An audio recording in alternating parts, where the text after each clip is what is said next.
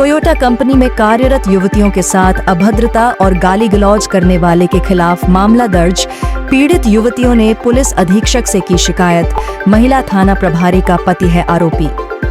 Madhya Pradesh police महिलाओं और युवतियों की सुरक्षा के लिए जहां कई कार्यक्रम आयोजित के जन जागरूकता लाने का अथक प्रयास कर रही हैं, वहीं कटनी जिले में एक महिला थाना प्रभारी के पति ने कार एजेंसी में कार्यरत 2 युवतियों के साथ अभद्रता की हद ही पार कर दी। डरी सहमी युवतियों की शिकायत पर महिला चौकी प्रभारी ने आरोपी के खिलाफ मामला भी दर्ज नहीं किया। ऐसे में उच्च अधिकारियों के हस्तक्षेप के बाद आरोपी के खिलाफ मामला दर्ज हो सका।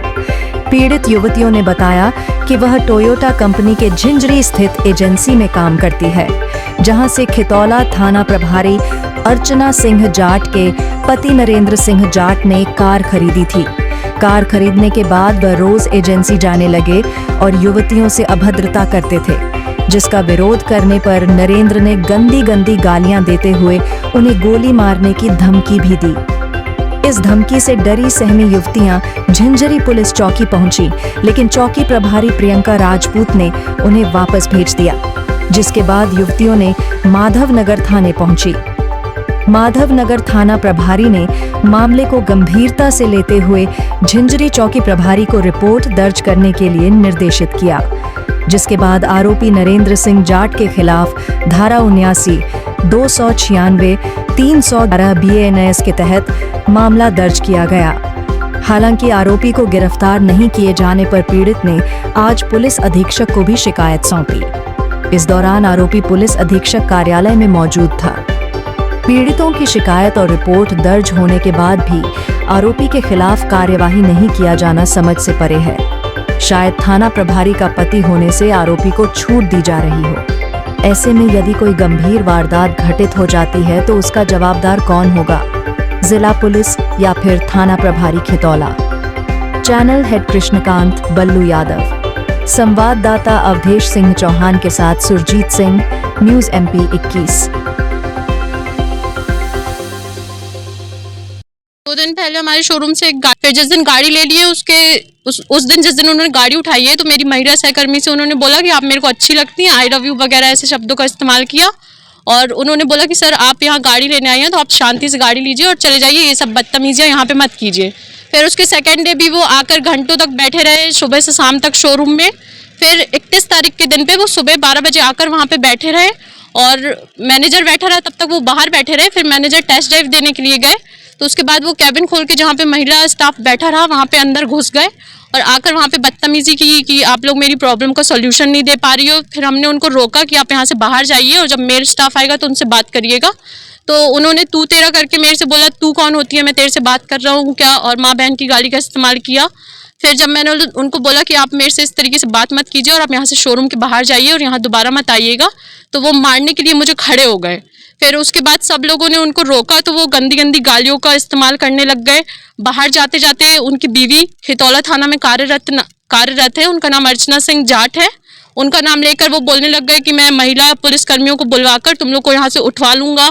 गालियों का बहुत इस्तेमाल किया बाहर जाकर और कह रहे थे कि तुम लोग को मैं गोली मरवा दूंगा, 4 गोली मरवाऊंगा, तुम जैसी लड़कियों को मैं बहुत अच्छे से जानता हूँ और तुम लोग को यहाँ शोरूम से उठवा लूंगा मैं, ऐसे करके वो सबको बोलने लग गए, सारी लड़कियों को। आपने इसकी शिकायत की है कहीं? हम इसकी शिकायत करने कल झिंझरी थाने गए, दिन की घटना थी। हम उसके बाद 1 घंटे बाद हम झिंझरी थाना गए वहाँ पे शिकायत लिखवाने। तो वहाँ पे हमारा जो आवेदन था, हम जिस आवेदन को लिख के लेके गए थे वो आवेदन हमसे लिया, उस पर साइन करके फोटोकॉपी हमको दे दी गई। उन्होंने कंप्लेन नहीं लिखी और बोले कि ठीक है इस पर कार्रवाई हो जाएगी, आप लोग जाइए। तो हम लोग वहाँ से फिर SP ऑफिस आए। कल संडे था तो SP ऑफिस बंद था। फिर यहाँ से हमको स्टाफ ने माधवनगर थाना भेजा, तो वहाँ पे भी कंप्लेन नहीं लिख रहे थे, उल्टे सीधे सवाल कि मतलब क्या हुआ कैसे हुआ, बार बार बताने के बाद भी वही सवाल पूछा जा रहा था। फिर वहाँ पे एक भैया हमारे पहचान के वो मिल गए, तो उन्होंने डायरेक्ट TI से बात करवाई। तो TI ने फिर यहाँ पे झिंझरी थाना में फ़ोन लगाया मैडम को कि मैं यहाँ से भेज रहा हूँ लड़कियों को, तो कंप्लेन लिखिए। तब मैडम यहाँ पे हमको बुलाई और रात में भी कंप्लेन नहीं लिखी, उन्होंने हमको बुलाया, बातचीत की, बैठा के बात की और बोलती हैं कि ठीक है कि उनकी जो वाइफ आने वाली है अर्चना सिंह जाट, मैं उनको बुला रही हूँ। तो आप लोग रात को 9 बजे आ जाएंगी क्या थाने? तो हम लोग बोले इतनी रात को नहीं आ पाएंगे। तो उनका कहना था कि मैडम का कहना है, मतलब जो उनकी वाइफ है कस्टमर की, उनकी वाइफ का कहना है कि वो आदमी पागल हो चुका है, 1 महीने से दवाइयों पर है वो, और पहले भी वो ऐसी हरकतें कर चुका है। और ये मैडम कंप्लेन ना लिखे, इनको कंप्लेन ना लिखनी पड़े, तो ये बार बार बात को टाल रही थी कि हम मतलब ये आदमी पागल है, तुम लोग कहाँ लगे हुए हो, छोड़ो हटाओ, अगर आगे कुछ करता है तो आगे फिर आना, तो फिर हम कंप्लेन लिखेंगे। ऐसी बातों का इस्तेमाल किया गया। कहाँ, किस जगह पे? ये टोयोटा शोरूम कटनी का मामला है। झिंझरी का? जी, झिंझरी का।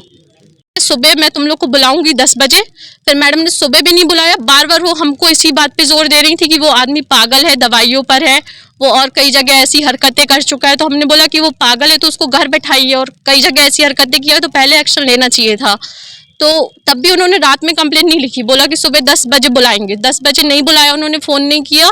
फिर दिन में वो आदमी 2 बजे के करीब फिर से शोरूम में आया, पुलिस वाला उसकी एक गाड़ी में बैठा रहा, शोरूम के सामने वो 2 मिनट तक खड़ा रहा और फिर चला गया। फिर उसके बाद 2-3 चक्कर वो शोरूम के अगल बगल लगा रहा था। तो हम डर के मारे कि वो कुछ कर ना दे, तो फिर हम थाने अपने से गए, उनके फ़ोन नहीं करने के बाद भी कंप्लेंट लिखाने। जब हम थाने गए तो उन्होंने फिर से हमसे यही बात बोली कि वो आदमी पागल है, वो आया भी तो गाड़ी में बैठा रहा, कुछ बोला तो नहीं तुम लोगों को ना। तो हम लोगों ने बोला मैडम बोला नहीं तो क्या मतलब कोई कार्रवाई नहीं होगी, वो इतना परेशान कर रहा है, आ रहा जा रहा है। तो फिर भी मैडम इसी बात पे जोर दे रही थी कि वो पागल है, दवाइयों पर है, उनकी बीवी का ऐसा कहना है। तो हम लोगों ने कहा कि हमको कंप्लेंट लिखवानी है, तब जाकर जोर देने पर उन्होंने कंप्लेंट दर्ज की, वो भी 0 में की है, और FIR दर्ज नहीं की है अभी, और बोला है कि इसकी कार्रवाई हो जाएगी। किसी भी शिकायत, समस्या, भ्रष्टाचार, आपराधिक गतिविधियों और समसामयिक घटनाओं की जानकारी हमारे व्हाट्सएप नंबर पर आप भेज सकते हैं। हम उसे प्राथमिकता से हमारे चैनल में प्रसारित करेंगे एवं आपको पुरस्कृत करेंगे। आपकी पहचान पूर्णतः गोपनीय रखी जाएगी।